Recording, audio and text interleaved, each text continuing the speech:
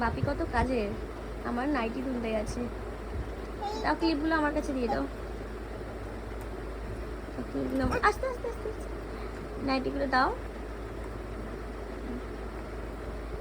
বললো মা আমি তুলে দিই। আমি বললাম হ্যাঁ তুলে দাও।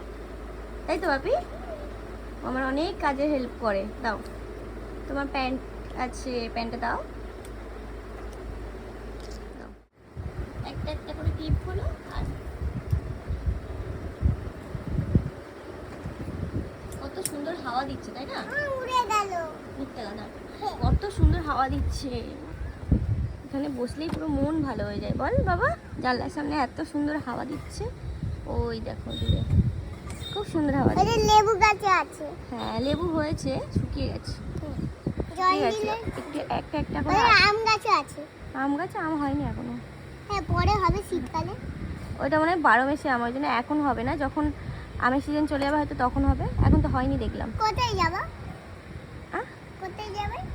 কোথায় যাবে না, বা যখন আমের সিজন চলে যাবে আর কি, হ্যাঁ তখন আম ধরবে এখানে। সে মনে হচ্ছে আমের বোল আসবে তারপরে, তাই না? আর ওইখানে হয়েছে সবেদা, ওই গাছটায় হয়েছে সবেদা ওই দূরে। মা আমি তোমার ওই কাপড়গুলো আমি ভাঁজ করে দেবো? পারবে তুমি?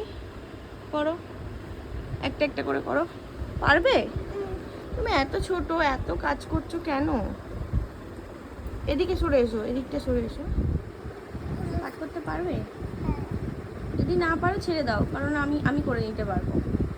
না তুমি ছোট, তুমি বাচ্চা। আমি বাচ্চা, তুমি তো ছোট পুচকে, তুমি পারবে?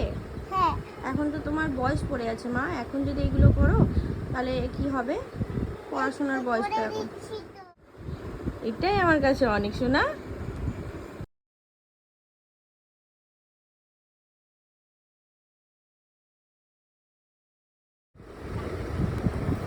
আমি সব কিছু বাদ করতে পারবো। আচ্ছা আস্তে আস্তে শিখতে হবে। বলো, বড় হলে তুমি।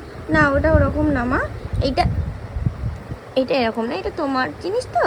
এই রকম, এই দেখো, এই দুটো ভাঁজ করলে এরকম হয়ে গেল, তাই না? বাহ, কত কিছু শিখে গেছে রিতম।